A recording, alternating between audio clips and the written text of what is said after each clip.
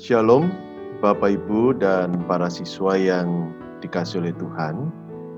Bersyukur kita boleh kembali berjumpa pada hari ini dalam ibadah bersama.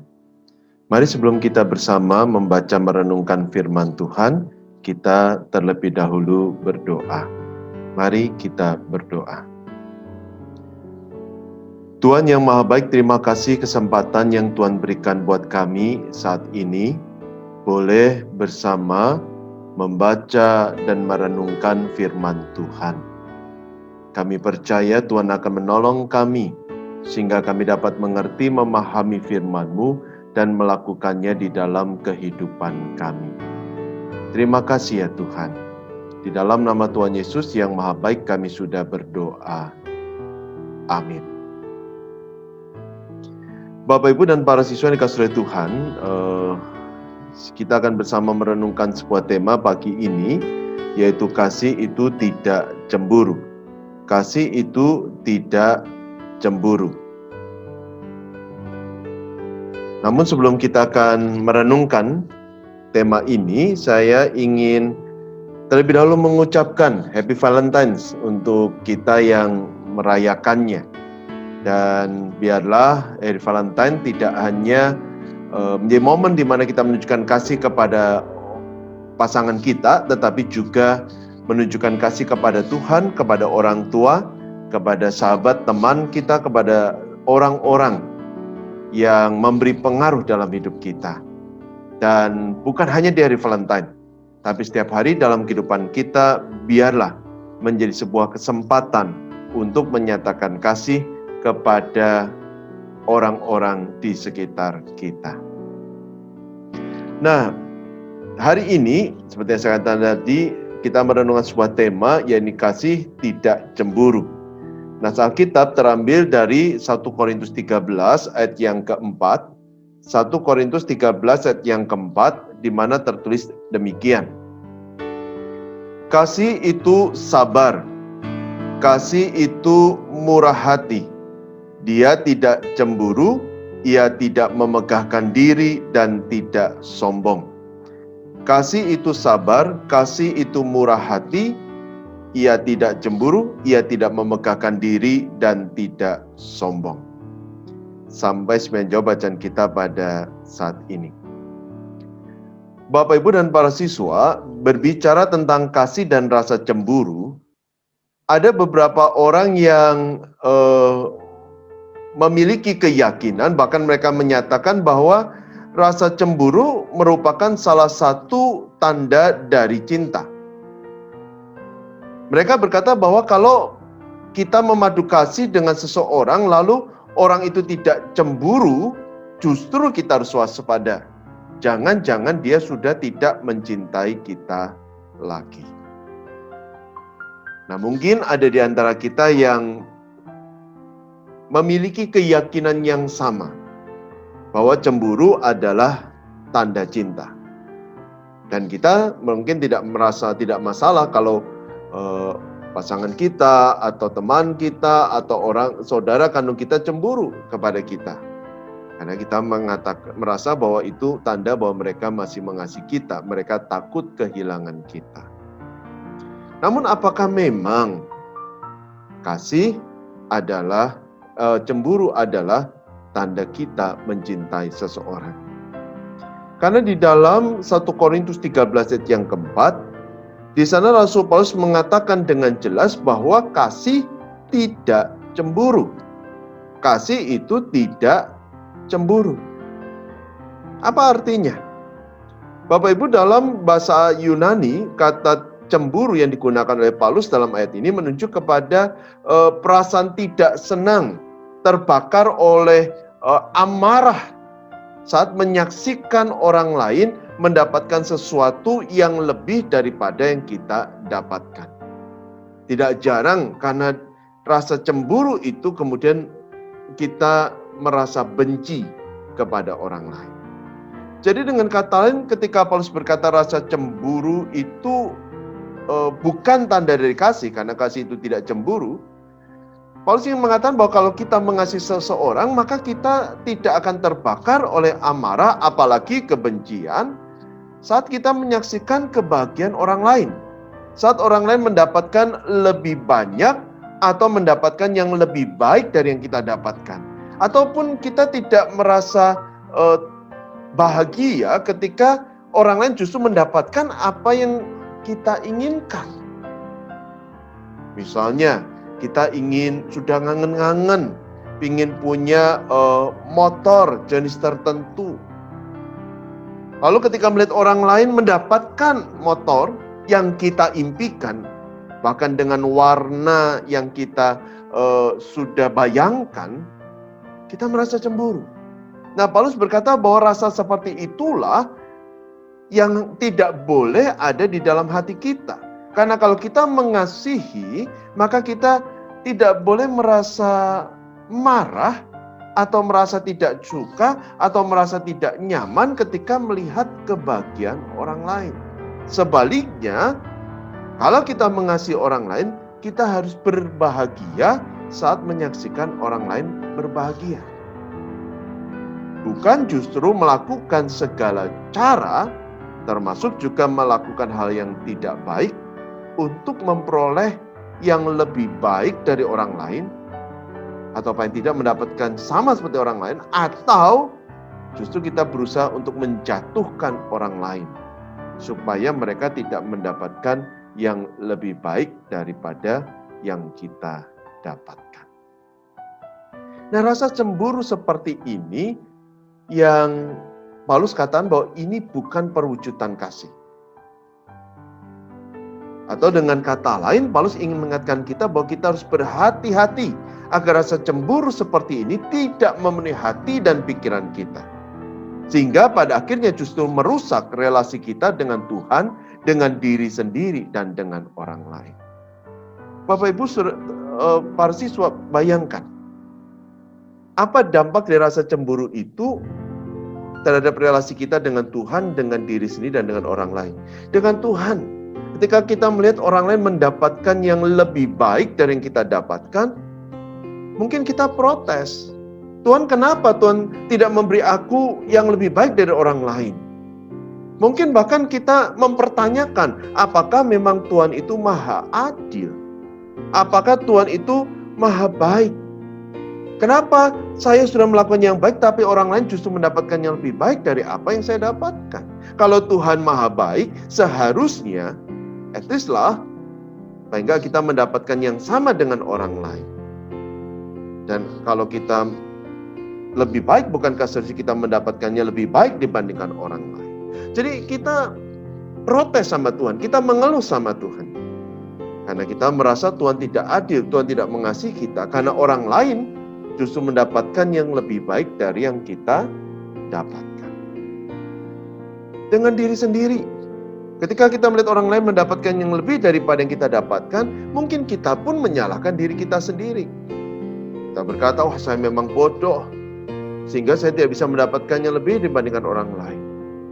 Saya ini memang tidak baik, tidak cukup baik. Jadi kita selalu menyalahkan diri atas segala hal yang terjadi dalam kehidupan kita. Kita pun juga menyalahkan orang lain. Kita menuduh orang lain, kita berkata, dia mah penjilat, dia mah sudah berlaku tidak jujur, dia curang, dia ya pokoknya nggak baik lah. Kita menuduh, kita menfitnah. Kita menyerang orang lain karena apa? Karena mereka mendapatkan lebih dari yang kita dapat. Dan Bapak Ibu saudara, bayangkan seandainya cara berpikir seperti ini terus memenuhi hati dan pikiran kita, saya percaya perlahan tapi pasti itu akan merusak relasi kita dengan Tuhan, dengan diri sendiri, dan dengan orang lain. Dengan Tuhan, kita akhirnya akan jarang berdoa, jarang mencari Tuhan, jarang beribadah, tidak lagi melayani Tuhan, tidak lagi memperhatikan firman Tuhan. Dengan diri sendiri, kita terus menyalahkan diri sendiri. Sampai akhirnya kita memandang negatif diri kita. Dengan orang lain, bukankah rasa cemburu yang berujung pada fitnah, tindakan-tindakan yang tidak baik, membuat relasi kita dengan orang lain pun juga menjadi tidak baik. Jadi kita bisa membayangkan kenapa Paulus secara tidak langsung ketika dia berkata kasih tidak cemburu, Paulus secara tidak langsung mau mendorong kita, mengingatkan kita agar kita menjaga hati kita. Supaya sebagai orang yang telah mengalami kasih Tuhan dan yang didorong untuk mengasihi orang lain, untuk mewujud nyatakan kasih dalam kehidupan kita, kita harus menjaga hati kita agar tidak dikuasai, apalagi dikendalikan oleh rasa cemburu itu. Karena itu saya mau mengajak kita mencoba memeriksa hati kita, memeriksa diri kita. Apakah rasa cemburu mengendalikan kehidupan kita? Apakah hati dan pikiran kita dipenuhi oleh rasa cemburu? Orang yang dipenuhi oleh rasa cemburu, dia tidak bisa mensyukuri semua yang telah Tuhan berikan dalam hidupnya. Dia tidak bisa mensyukuri setiap berkat Tuhan. Kenapa? Karena dia selalu merasa apa yang didapatkan orang lain lebih dibandingkan apa yang Tuhan berikan kepada dirinya. Dia nggak bisa mensyukur. Apalagi ketika dia selalu menyalahkan Tuhan, berkata bahwa Tuhan tidak adil, maka kita selalu berkata bahwa apapun yang saya terima tidak lebih baik dibandingkan orang lain. Bahkan ketika kita mendapatkan yang paling baik pun, tetap kita akan merasa kurang. Dan kita berkata orang lain mendapatkan lebih dibandingkan yang kita dapatkan. Kita nggak pernah bisa bersyukur. Orang yang cemburu juga suka membandingkan diri dengan orang lain. Membandingkan apa yang dia miliki, apa yang saya miliki. Membandingkan kehidupannya daripada yang saya miliki. Membanding-bandingkan segala hal. Orang yang cemburu sadar tidak, sebetulnya dia merasa lebih baik dibandingkan orang lain. Karena dia merasa bahwa saya lebih layak mendapat lebih banyak. Saya lebih layak mendapatkan yang lebih baik dibandingkan orang lain. Jadi dia merasa bahwa lebih saleh, lebih menyenangkan Tuhan, lebih baik dibandingkan orang lain. Pada akhirnya ketika orang lain merasa bahagia mendapatkannya lebih banyak, dia memandang itu sebagai sesuatu yang negatif. Pada akhirnya orang yang cemburu mudah terbakar amarah. Dia tidak suka ketika menyaksikan kebahagiaan orang lain. Nah, Bapak Ibu, para siswa, apakah kalau kita melihat kriteria ini, apakah hati pikiran kita saat ini sedang dipenuhi oleh rasa cemburu? Apakah kita sedang dikendalikan oleh rasa cemburu itu? Kalau kita sadar bahwa kecemburuan itu merusak, kecemburuan itu tidak memberi dampak apapun selain merenggut kebahagiaan dalam hidup kita, maukah kita belajar untuk mewaspadai kecemburuan itu dan menjaga hati kita dengan baik agar tidak dipenuhi dan tidak dikendalikan oleh rasa cemburu itu? Kalau kita rindu terbebas dari rasa cemburu, mari kita belajar untuk apa? Mengubah perspektif. Itu yang pertama. Mengubah cara pandang kita terhadap semua yang kita miliki. Bahwa semua yang kita miliki adalah dari Tuhan, berkat Tuhan yang harus kita syukuri. Saya tidak pantas untuk mendapatkan ini semua, tetapi Tuhan memberikan kepada saya. Perspektif seperti ini akan membuat kita bisa mensyukuri semua yang telah Tuhan berikan dalam hidup kita. Kita pun harus mengubah perspektif kita tentang Tuhan, bahwa kalau orang lain mendapatkan lebih, bukan berarti bahwa Tuhan tidak adil. Tuhan selalu adil. Keadilan Tuhan bukan memberi sama banyak, bukan. Tapi keadilan Tuhan memberi tepat seperti yang kita butuhkan. Dan apapun yang Tuhan berikan, itu ada yang terbaik bagi kita. Kita pun harus mulai mengubah perspektif kita tentang kebahagiaan. Bahwa kebahagiaan bukan ditentukan bahwa apa yang kita miliki, apa yang kita dapatkan. Kebahagiaan tidak ditentukan apakah yang saya dapatkan lebih dibandingkan orang lain. Tapi kebahagiaan itu ditentukan apakah saya punya hubungan yang dekat dengan Tuhan. Dan apakah Tuhan ada dalam hidup saya dan saya ada dalam Tuhan. Kan ada ungkapan tuh. Memiliki segalanya tapi tidak memiliki Tuhan sama dengan tidak memiliki apa-apa. Tetapi memiliki Tuhan, meski kita tidak memiliki segalanya, kita sudah memiliki segalanya. Itu bagus sekali ya. Jadi Tuhan itu yang paling penting.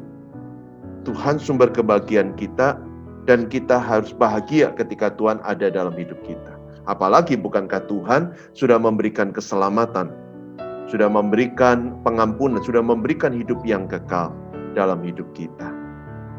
Mari kita belajar mengubah perspektif kita terhadap segala sesuatu dan mulai memandang segala sesuatu dari cara pandang Tuhan memandang segala sesuatu.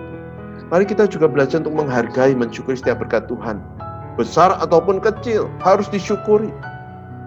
Harus bersyukur untuk matahari, bersyukur untuk udara, bersyukur untuk teman, bersyukur untuk guru, bersyukur untuk keluarga, bersyukur untuk segala hal yang Tuhan sudah berikan dalam hidup kita. Bahkan Paulus berkata, kita juga bersyukur untuk setiap pergumulan, setiap kesulitan yang kita alami. Karena kita percaya, di tengah setiap pergumulan dan kesulitan, Tuhan memberikan berkat-Nya dalam hidup kita. Mari kita juga belajar untuk bersuka cita saat menyaksikan orang lain bersuka cita. Tidak mudah, tetapi mari kita belajar untuk bersuka cita dengan orang lain. Bersuka cita saat mereka mendapatkan lebih banyak, bersuka cita saat mereka mendapatkan lebih baik, bersuka cita ketika menyaksikan orang lain bersuka cita. Dan pada akhirnya, kalaupun ada rasa tidak nyaman ketika melihat orang lain mendapatkan lebih, mari kita rubah itu menjadi motivasi bagi kita. Bukan menginginkan dibandingkan apa yang dimiliki orang lain, tetapi berusaha menjadi lebih baik dan lebih baik lagi. Kita percaya Allah akan menolong kita untuk menjadi lebih baik dan lebih baik lagi di dalam kehidupan kita. Amin. Mari kita bersama berdoa.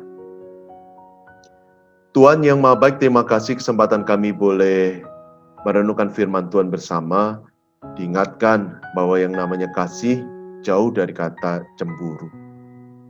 Dan biarlah ya Tuhan, kami belajar, dimampukan untuk belajar dan menjadi pribadi yang mengasihi sesama, yang tidak dibakar oleh amarah ketika melihat orang lain bahagia, tetapi justru bisa berbahagia dengan orang lain yang sedang berbahagia. Kami pun bisa mensyukuri setiap berkat Tuhan dalam hidup kami, mensyukuri pemeliharaan Tuhan, mensyukuri kehadiran Tuhan, dan berbahagia karena Tuhan ada dalam kehidupan kami. Berkati Bapak Ibu Guru, berkati para siswa. Tuhan jaga, lindungi, berikan kesehatan, berikan semangat, berikan damai, sukacita dalam hidupnya. Dan bagi Bapak Ibu Guru, berikan hikmat bijaksana agar dapat melakukan yang terbaik untuk mendampingi para siswa dalam proses pendidikan. Berkati juga para siswa, meski situasi tidak menyenangkan, tetapi biarlah kami belajar untuk memakai waktu kesempatan Tuhan berikan, melakukan yang terbaik dalam studi kami, dalam seluruh aspek kehidupan kami. Kami teringat kepada saudara kami yang sakit, Tuhan yang berkenan menjamah, memulihkan, biar dengan anugerah Tuhan boleh kembali sehat dan boleh kembali berkarya di dalam kehidupan mereka. Berkati Sekolah Krista Mitra, jaga lindungi biar sekolah ini boleh terus bertumbuh, berbuah, berkembang dengan luar biasa, dipakai Tuhan jadi berkat untuk banyak orang. Berkati setiap program yang telah disusun direncanakan, biarlah semua berjalan dengan baik. Berkati juga untuk bangsa negara kami, Allah jaga lindungi bangsa Indonesia, pulihkan Indonesia, mampukan kami untuk bergandengan tangan, membangun Indonesia menjadi bangsa yang besar, bangsa yang sejahtera. Terima kasih ya Tuhan, kami sungguh bersyukur. Kami percaya Tuhan telah mendengar setiap doa kami, yang terbaik Tuhan akan berikan dalam hidup kami. Di dalam nama Tuhan Yesus yang Maha Baik kami sudah berdoa. Amin. Demikian Bapak Ibu, kebersamaan kita pada saat ini, dan tetap sehat, selalu semangat, tetap memperhatikan protokol kesehatan, dan saya percaya Tuhan akan selalu menjaga, melindungi, dan menyertai kita. Amin.